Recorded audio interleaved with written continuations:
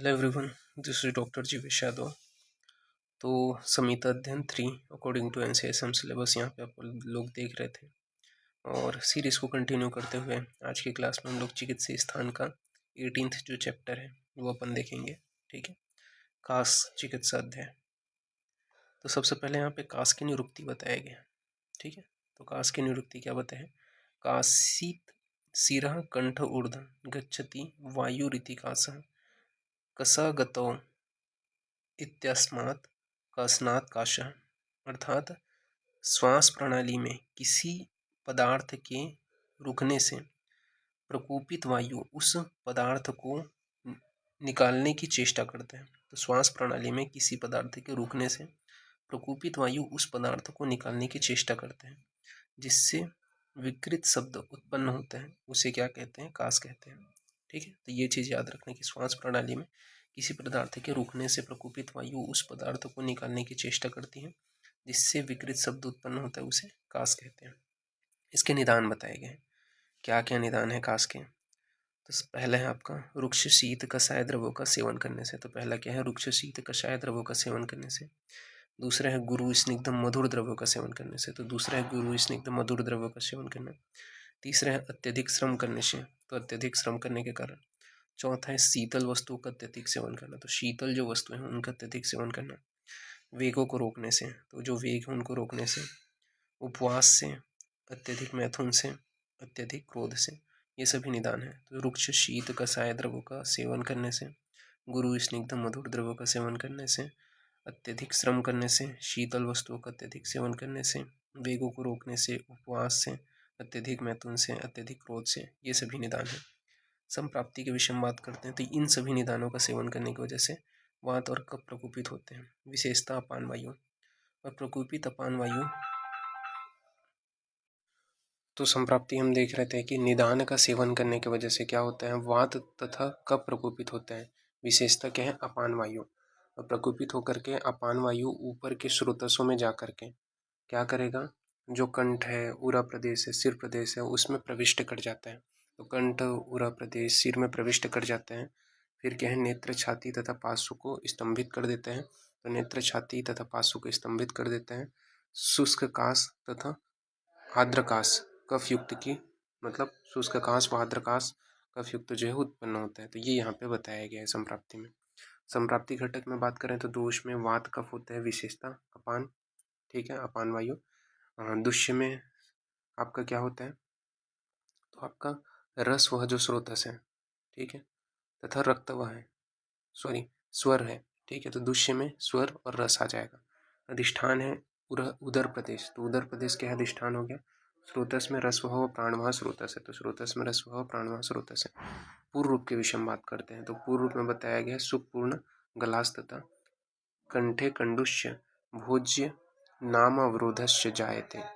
ठीक है, अर्थात बोला गया है कि कास उत्पन्न होने से पूर्व गले और मुंह में जौ जौ की बाल जैसी चुभन जैसी अनुभूति होती है।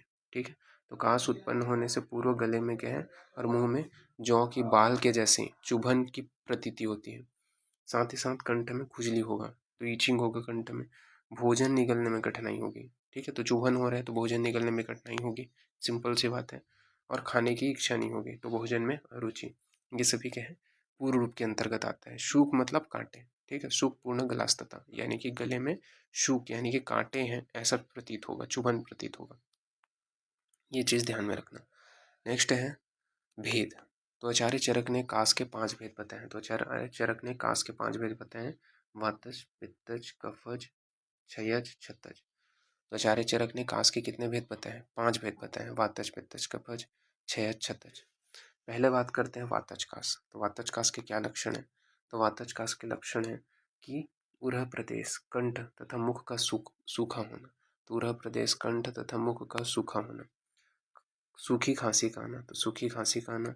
हृदय, वक्ष तथा सिर में शूल का होना, तो हृदय, वक्ष तथा सिर में शूल का होना। बड़ी कठिनाई से बार बार खांसने पर अल्प मात्रा में कफ का निकलना। तो बड़ी कठिनाई से बार बार खांसने पर अल्प मात्रा में कफ का निकलना, ये क्या है? वातज कास का लक्षण है। नेक्स्ट अपन बात करते हैं पित्तज कास। तो पित्तज कास का लक्षण क्या है? तो पित्तज कास में क्या है? खांसने पर पीला कफ निकलता है। तो पित्तजकास में क्या होता है, कफिंग करता है तो पीला कफ निकलता है। खांसते समय आंखों के सामने अंधकार हो जाता है, तो खांसते समय आंखों के सामने अंधकार हो जाता है। प्यास का अधिक लगना, तो प्यास अधिक लगेगा। दह पड़ना, ठीक है, ये पित्तजकास का लक्षण है। तो खांसने पर पीला कफ निकलना, खांसते समय आंखों के सामने अंधकार हो जाना, प्यास का अधिक लगना, दह पड़ना, ये पित्तजकास का लक्षण है। फिर है कफजकास। तो कफजकास के क्या लक्षण है, तो खांसने पर कफ का अधिक मात्रा में निकलना, तो कफिंग जब करेगा तो कफ का अधिक मात्रा में निकलना। रोगी अधिक मात्रा में मधुर, चिकने तथा गाढ़े कफ को थूकते हैं, तो क्या होगा, कफजकास में मधुर जो है जो मधुर, चिकना, गाढ़ा, ये कफ की प्रकृति है, इस प्रकार के थूक को निकालेगा जो रोगी है। खांसते समय छाती में दर्द न होना, परंतु ऐसा अनुभव होना कि छाती में काफ़ी मात्रा में कफ भरा हुआ है, ठीक है। तो ये क्या है, कफजकास के लक्षण है। फिर बात करते हैं क्षयजकास। तो क्षयजकास के क्या लक्षण है, तो क्षयजकास में रोगी के रोगी को खांसने के बाद में दुर्गंध युक्त जो पस है, पूय है, वो कफ को थूकेगा। तो रोगी खांसने के बाद में दुर्गंध युक्त पूय यानी कि कफ को थूकते हैं। अधिक भोजन के बाद भी रोगी का शरीर कृश हो जाता है, तो अधिक भोजन करेगा फिर भी रोगी का शरीर कृश हो जाएगा। खांसते समय रोगी अपने हृदय को अपने स्थान से हटाता हुआ महसूस करता है, ठीक है। तो खांसते समय जो रोगी है वो अपने हृदय को अपने स्थान से हटा हुआ महसूस करेगा। तो ये क्या है, क्षयजकास है। नेक्स्ट अपन बात करते हैं छतजकास के लक्षण। तो छतजकास में क्या होता है, तो इसमें पहले सूखी खांसी फिर रक्त मिश्रित कफ को थूकते हैं। तो पहला क्या है, सूखी खांसी फिर रक्त मिश्रित कफ को थूकेगा। कंठ तथा छाती में भयंकर पीड़ा होगी, तो कंठ व छाती में भयंकर पीड़ा होगी। खांसते समय कबूतर के समान कू कू के समान आवाज आएगा, तो खांसते समय कबूतर के समान कू कू के समान आवाज आएगा। अगर समय से पहले इसका चिकित्सा न किया जाए तो ये क्या, राजस्षमा में परिवर्तित हो सकता है, ठीक है, उसका रूप धारण कर लेगा छतजकास। तो ये चीज़ ध्यान रखना। साध्यता साध्यता के विषय में बात करें तो एक दोषज जो होते हैं, वातज पित्तज कफज, ये क्या है, साध्य होते हैं, ठीक है।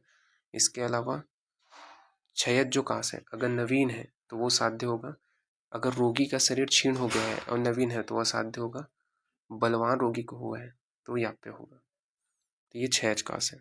छतज कास अगर नवीन है तो साध्य होगा, क्षीण रोगी को हुआ है तो असाध्य होगा, और बलवान रोगी को हुआ है तो याप्य होगा। वृद्धावस्था में सभी प्रकार के जो कास होते हैं वो क्या होते हैं, याप्य होते हैं। तो ये चीज़ ध्यान में रखना। फिर कास की चिकित्सा के विषय में बात करते हैं तो भेदानुसार चिकित्सा देख लेते हैं। ये वातज कास की चिकित्सा में क्या करेंगे, निदान परिवर्जन, वातनाशक चिकित्सा कराएंगे, स्नेहन, घृत का सेवन कराएंगे, वातघ्न औषधियों से सिद्ध घृत का प्रयोग करेंगे। तो ये वातज कास की चिकित्सा है।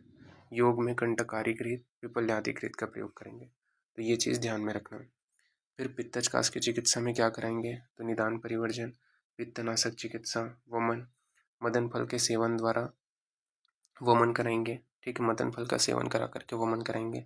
वमन कारक औषधियों से सिद्ध जो औषध है उसका प्रयोग करेंगे, वमन कारक जो औषधि है उससे उसका प्रयोग, घृत पान करा करके वमन कराएंगे। तो ये पित्तजकास की चिकित्सा है। योग में त्वकादि ले और पिपल्यादि ले, तो त्वकादि ले और पिपल्यादि ले, ये योग है। फिर है कफजकास की चिकित्सा। तो कफजकास में क्या है, निदान परिवर्जन कराएंगे, कफनाशक चिकित्सा करेंगे। साथ ही साथ कफजकास का रोगी यदि बलवान हो तो सबसे पहले वमन कारक शोधन कराना चाहिए। तो कफजकास का रोगी यदि बलवान है तो सबसे पहले वमन कारक शोधन कराएंगे। तत्पश्चात कफग्न आहार विहार का सेवन करा करके चिकित्सा करेंगे। योग में कंटकारी घृत और दशमूलादि की, ठीक है, तो ये इंपॉर्टेंट योग। फिर नेक्स्ट है आपका क्षयजकास की चिकित्सा। तो क्षयजकास में निदान परिवर्जन, वृहण चिकित्सा, दीपनी औषधि का सेवन तथा मृदु शोधन कराएंगे। तो क्षयजकास में निदान परिवर्जन, वृहणी चिकित्सा, दीपनी औषधि का सेवन, मृदु शोधन कराएंगे। योग में बात करें तो गुड़िच्यादि घृत व काश्मर्यादि घृत है। योग में गुड़िच्यादि घृत व काश्मर्यादि घृत है। लास्ट है आपका छतजकास की चिकित्सा। तो छतजकास में अपन क्या कराते हैं, तो निदान परिवर्जन, बल तथा मांसवर्धक द्रव्य का सेवन, जीवनी वर्ग का सेवन, मधुर वर्ग का सेवन, ये जो है छतजकास का चिकित्सा है। योग में अपन क्या है, पिपल्यादि लेह का प्रयोग करेंगे, ठीक है। तो इस प्रकार से ये जो टॉपिक है वो यहाँ पे फिनिश होता है।